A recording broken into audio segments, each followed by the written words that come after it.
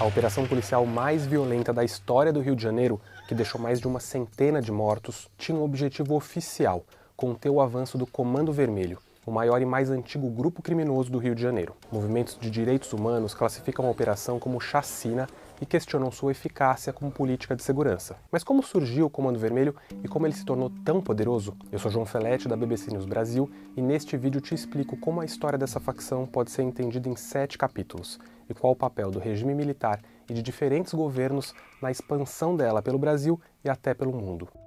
Tudo começa no Brasil dos anos 70, quando o país vivia em plena ditadura militar. Nessa década, um grupo de presos políticos foi misturado a um grupo de presos que haviam cometido crimes comuns no Instituto Penal Cândido Mendes, em Ilha Grande, que fica a mais ou menos 100 quilômetros da cidade do Rio. Nessa época, muitos presos políticos tinham sido detidos por assaltos a banco, que viraram uma forma de financiar o movimento de resistência ao regime. Antes da chegada dos presos políticos, essa penitenciária abrigava pessoas com pouco ou nenhuma educação formal, que não sabiam bem os direitos que eles tinham. Já entre os presos políticos, muitos eram de classe média com um bom nível de escolaridade. Esses dois grupos passaram a conviver na penitenciária e os presos políticos começaram a intermediar as negociações em busca de melhores condições no presídio. E esse foi o germe do CV, que no início era chamado de Falange da Segurança Nacional, nome que fazia alusão à Lei de Segurança Nacional, em que os crimes de assalto a banco eram enquadrados. Depois o nome mudou para Falange Vermelha, até que a imprensa passou a usar o termo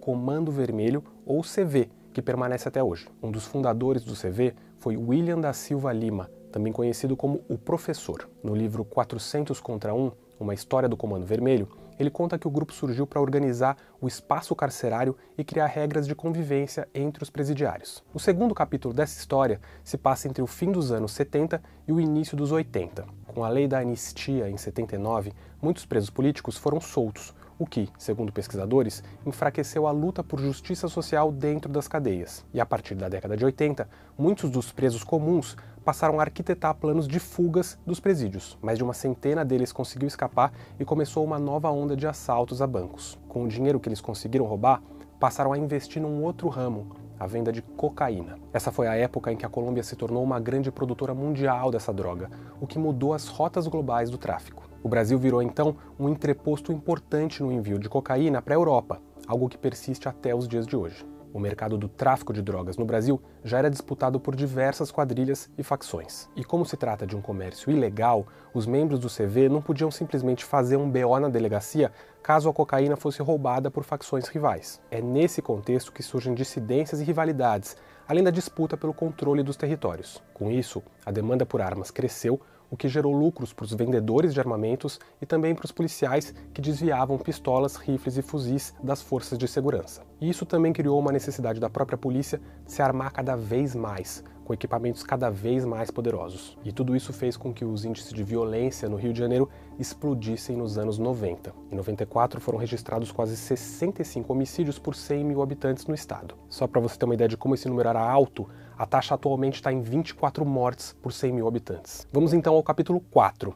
Numa tentativa de enfraquecer e desarticular o CV, o governo decidiu transferir os líderes do grupo que estavam presos no Rio para outros estados no final dos anos 90 e início dos anos 2000. Mas o efeito prático da medida foi o oposto do esperado. Esses chefes espalharam o Comando Vermelho para outros lugares, o que solidificou essa facção como a mais poderosa do Rio de Janeiro. O jornalista Rafael Soares, que acompanha esse tema há muitos anos, explica que o CV funciona como uma franquia, ou seja, existem vários donos de morros que atuam numa sociedade e nenhum manda mais do que o outro. Esse modelo de negócios fez o grupo crescer por todo o país. Chefes do tráfico de outros estados viraram parceiros comerciais, e algumas dessas facções até foram englobadas e passaram a se identificar como parte do CV. Esse tipo de operação é diferente do primeiro comando da capital, o PCC, uma facção sediada em São Paulo que tem uma estrutura empresarial clássica, com lideranças e hierarquias. Nos últimos 5 anos, o Comando Vermelho viveu uma fase de expansão nacional e até internacional. Segundo o mapa dos grupos armados, o CV foi a única organização criminosa a ampliar seu controle territorial no estado do Rio de Janeiro, enquanto todas as outras perderam espaço. Entre 2022 e 2023, o grupo aumentou em mais de 8% as áreas sob seu controle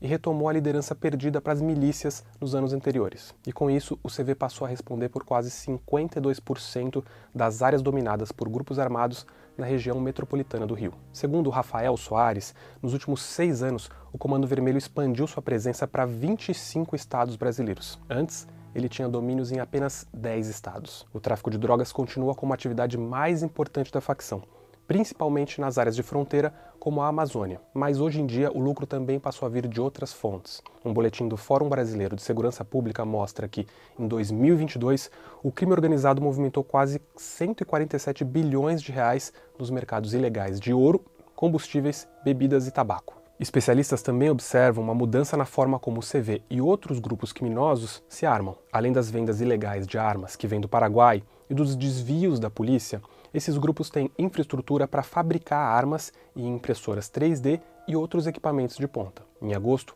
a Polícia Federal desmontou uma fábrica clandestina que fazia a montagem de armas em Rio das Pedras, no Rio de Janeiro, quando foram apreendidas 4 impressoras 3D. Outra tecnologia que foi incorporada no arsenal desses grupos foram os drones, que lançam explosivos. Um deles, inclusive, foi usado para contra-atacar a operação policial mais recente. E isso tudo nos leva ao último capítulo dessa história, a Operação Contenção, realizada na terça-feira, dia 28 de outubro, cujo objetivo oficial era frear a expansão do Comando Vermelho. As polícias civil e militar do Rio de Janeiro cumpriram mais de uma centena de mandados de prisão, principalmente nos complexos do Alemão e da Penha, na Zona Oeste. A ação envolveu mais de 2.500 policiais e, até o momento dessa gravação, teve como saldo mais de 100 mortos. O caos se espalhou pela cidade toda, com registros de tiroteios e bloqueios de ruas e avenidas por carros queimados até no centro do Rio de Janeiro. Movimentos de direitos humanos classificam a operação como uma chacina. E o grande número de mortes também foi criticado pelo Alto Comissariado dos Direitos Humanos das Nações Unidas, que se disse horrorizado com a operação nas favelas. Além disso, críticos questionam a eficácia dessas operações como política de segurança. A Terine Husek, do Instituto Fogo Cruzado, diz que não é possível ver uma relação direta entre a ação do governo e uma desmobilização do tráfico ou da milícia. Segundo ela, os territórios onde essas operações acontecem não costumam voltar para o controle do Estado e não apresentam melhoras da segurança e acesso aos serviços públicos. Já o Rafael Soares avalia que, enquanto os problemas de segurança pública forem tratados como uma guerra dos bons contra os maus, não haverá solução. Na visão dele, o problema é muito mais complexo e exige a ação do Estado de forma mais ampla. Já o governador do Rio de Janeiro, Cláudio Castro, classificou a operação como um sucesso. Mostramos ontem um duro golpe na criminalidade, que temos condições de vencer batalhas, temos condições de fazer o nosso papel, mas temos a humildade e a certeza de também reconhecermos que essa guerra não será vencida sozinhos. A gente continua a acompanhar os desdobramentos dessa história em bbcbrasil.com, no YouTube, nas redes sociais e no WhatsApp. Até a próxima!